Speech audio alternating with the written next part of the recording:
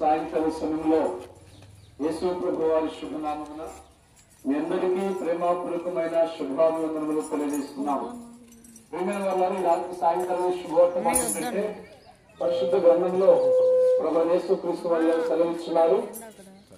ప్రభు యేసు ప్రభు చెప్పిన మాట, నేనే మార్గమును సత్యమును జీవమును, నా ద్వారా తప్ప ఎవరినో తండ్రి వద్దకు అనగా పరలోక రాజ్యం ఎవరినో ప్రవేశింపలేన్నారు. యేసు క్రీస్తు ప్రభు లోకానికి వచ్చిన ఉద్దేశం కూడా మరి మానవులను తండ్రి వద్దకు చేర్చాలని.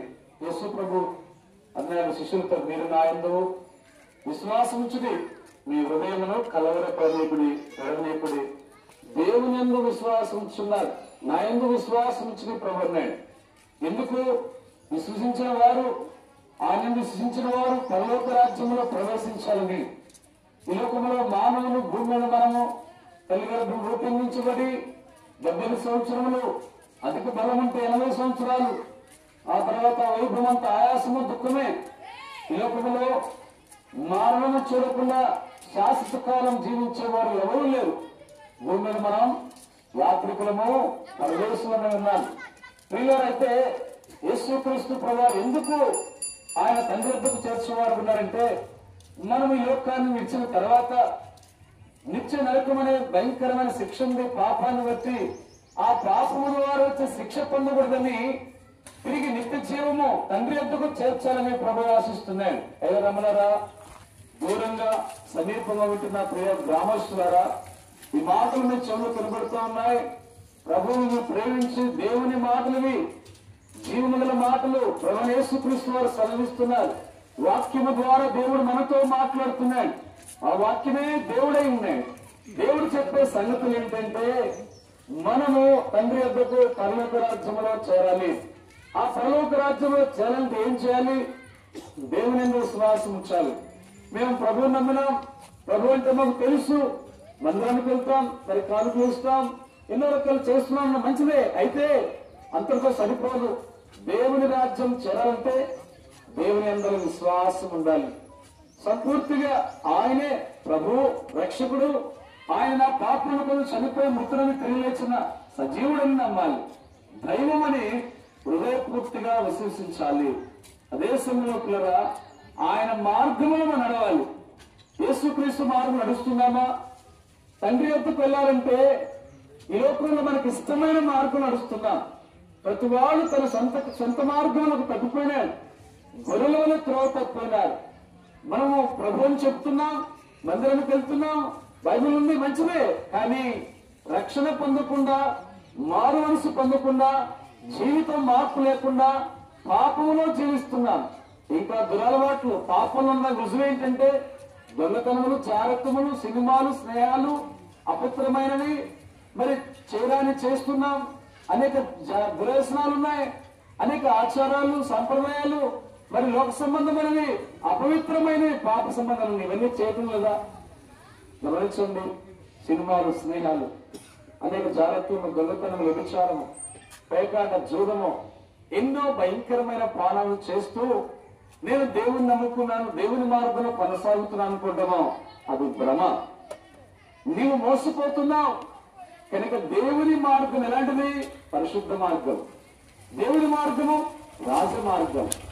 దేవుని మార్గము తిన్నని మార్గం, అపవిత్రులు పోతున్న మార్గం. యేసుక్రీస్తు మార్గము పరిశుద్ధ మార్గంలో మనం ప్రయాణం చేస్తున్నామా? అయ్యారా అమలారా? యేసు ప్రభు మార్గం నీతి మార్గం, యథార్థమైన మార్గం. మరి పరిశుద్ధ మార్గంలో నడుస్తున్నామా? ఈ లోకంలో మన ఇష్టమైన మార్గం నడుస్తున్నామా?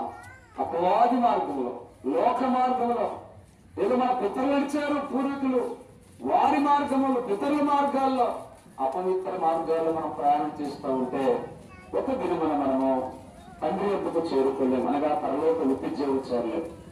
అయితే మరి నిత్య జీవించాలంటే ఏం చేయాలా? ఈ సాయంకాలంలో యేసుక్రీస్తునందు విశ్వసించి, పరిశుద్ధులైన దేవుని విశ్వసించి, పాప క్షమాపణ పొంది, వాటిని ఎత్తుకుని జీవితం మార్పు చెందాలి. బ్రతుకులో మార్పు రావాలి. బ్రతుకు మారిందా? అలవాట్లు పోయినాయా? ప్రభువుని జీవనానికి వచ్చినాడా? నీ జీవితం మారిందా? అయ్యా అమ్మ, సహోదరి సహోదరులారా, చెప్పగలరా? యేసు ప్రభువు నాలో ఉన్నాడని చెప్పగలరా? చెప్పే నేను ఒకప్పుడు పాపని, పాపంలో జీవించిన వారు సినిమాలు, స్నేహాలు, బూతులు, అనేకమైన అపవిత్రత ప్రభువుని ఎప్పుడు జీవించారు. యేసు ప్రభువును దేవుడిని తెలుసుకున్న తర్వాత పాపమును, స్నేహములు అన్ని ఒప్పుకున్నాను. దేవుడు నా జీవితాన్ని మార్చాడు, బ్రతుకుని మార్చాడు, పరిశుద్ధులుగా చేసినాడు. ప్రభువు మార్చాడు. చనిపోతే దేవుని రాజ్యం చేరత నిరీక్షణ దొరికింది.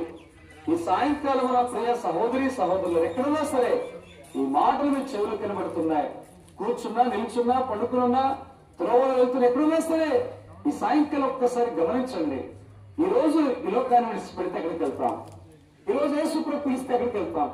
మరణిస్తే ఎక్కడికి వెళ్తాం? దేవుని రాజ్యానికి వెళ్తాం ధైర్యంగా చెప్పగలమా? ఎప్పుడు చెప్పగలుగుతాం? సంపూర్ణ విశ్వసించినప్పుడు, పాపాలు ఒప్పుకొని జీవితం మారినప్పుడు, మారు మనసు పొంది, పాప క్షమాపణ పొంది, బాప్తిస్మ రక్షణ పొంది దేవుని మార్గంలో నడిచినప్పుడే మనం చెప్పగలుగుతాం.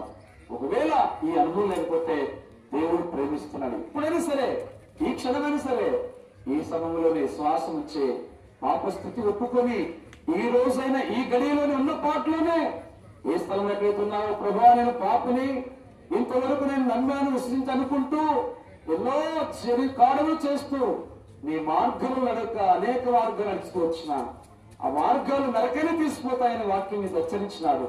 అయితే నీ మార్గంలో పరిశుద్ధ మార్గం నడుచుకోవడానికి సహాయం చేయి అని ప్రభువుకు అప్పగించుకొని విశ్వసించి పాపములు ఒప్పుకొని మనసు మార్చుకొని ప్రభు దగ్గర విశ్వాసంతో బాప్తిస్మ రక్షణ అనుభవంలోకి వస్తే అప్పుడు నువ్వు ధనుడు అవుతావు, ధనులలో అవుతావు. దేవుని మార్గంలో కొనసాగుతూ ప్రభు నీకు సహాయపడతాయి. ప్రభువుతో నడుచుకుంటావు.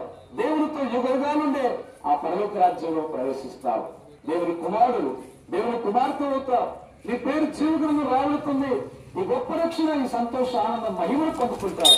అయ్యారా అమలారా గమనించండి.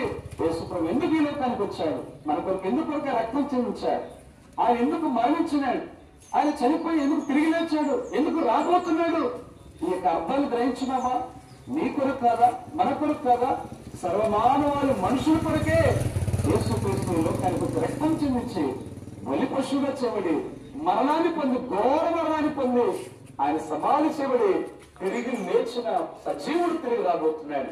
ఈ సాయంకాలం నాకు ప్రభు యేసుక్రీస్తు నీతో మాట్లాడుతున్నాడు. నేడే మిక్కిలి అనుకునే సమయం. ఈ రోజే గొప్ప రక్షణ దినం. ఇంకా రక్షణ పొందకపోతే ఎంత గొప్ప రక్షణ! నిర్లక్ష్యం చేస్తే ఎలా తప్పించుకుంటావు? ఉగ్రత, రాబో తీర్పు, నరకం, అగ్నిగుండం అని దేవుడు ప్రేమతో హెచ్చరిస్తున్నాడు. అయితే ఈ సమయంలోనే తీర్మానం చేసుకుని విశ్వసిస్తే గొప్ప రక్షణ, పరలోక ఆశీర్వాదం, నిత్య భాగ్యము, పరమానందము, దేవుడితో సంతోష ధన్యత భాగ్యం పొందుకుంటావు. నేడే ప్రభు యేసునందు విశ్వాసం వచ్చి యేసు ప్రభువా ఈ రోజు సంపూర్ణంగా విశ్వసిస్తున్నాను, నీ మార్గంలో నడిపించుకున్నా, అప్పగించుకున్నా, నీకు నా పాపాలు క్షమించవు, నీ కుమారుల కుమార్తెలు స్వీకరించు, నీ రాజ్యాన్ని సిద్ధపరచండి. చిన్న ప్రార్థన ఎక్కడైనా సరే, ఏ స్థలంలో ఉన్నా సరే, ఈ సమయంలో మీకు ప్రార్థన చేస్తాం. మీ క్షేమం కొరకు, మీ మేలు కొరకే. దయచేసి ప్రార్థనలో ఏకీవచ్చిన మీకు ప్రార్థన చేస్తాం. ప్రార్థన చేయక ముందుగా మా అడ్రస్ చెప్తాము. మా ప్రియులారు గమనించండి. మనకు సమీపంలోని తుమ్మపూడి గ్రామంలో మెయిన్ రోడ్ దగ్గరలోని ఆర్సీఎం స్కూల్ దగ్గర బేతనియా ప్రార్థనా మందిరం ఉన్నది. అక్కడ ప్రతి ఆదివారము ఉదయకాలం 7 గంటల నుండి 9:30 వరకు, 10:30 నుండి 1:30 వరకు దైవారాధన కార్యక్రమాలు జరిగించబడుతూ ఉన్నాయి. వారంలో కుడికి జరిగించబడుతూ ఉంటున్నాయి. మీ అందరినీ ప్రేమతో ప్రభువైన యేసుక్రీస్తు నామములో ఆహ్వానిస్తూ ఉంటున్నాం. దైవజనుడు భక్త సింగానికి దేవుడు అనుగ్రహించిన ప్రత్యక్షతలో పరిచయం జరిగించబడుతుంది. మీ అందరినీ యేసుక్రీస్తు ప్రభు నామములో ఆహ్వానిస్తూ ఉంటున్నాం. పరిశుద్ధమైన మా తండ్రి, ఈ ప్రాంతంలో ఉన్న ప్రజలకు మీ రక్షణ సువార్తను మేము ప్రకటిస్తూ వచ్చాము. ఈ ప్రాంత ప్రజలందరూ మీ నామములో విశ్వాసం ఉంచి పాప క్షమాపణ పొంది నీతిమంతులుగా తీర్చబడి నరకం తప్పించుకుని పరలోకానికి వారసులుగా చేపట్టడం సహాయం చేయండి. ఈ ప్రాంతంలో ఎవరైతే సమస్యల్లో ఉన్నారో వారికి సహాయపడుతురండి. ఎవరైతే అనారోగ్యంతో బాధపడుతున్నారో వారిని స్వస్థపరచండి. ఎవరైతే ప్రభువా నెమ్మది లేకుండా ఉంటున్నారో వారికి నెమ్మదిని దయచేయండి. ఈ ప్రాంతంలో ప్రతి ఒక్కరికి నిజమైనటువంటి సంతోషాన్ని కలగచేయండి. ఈ ప్రాంతంలో ప్రతి కుటుంబాన్ని మీరు దీవించండి.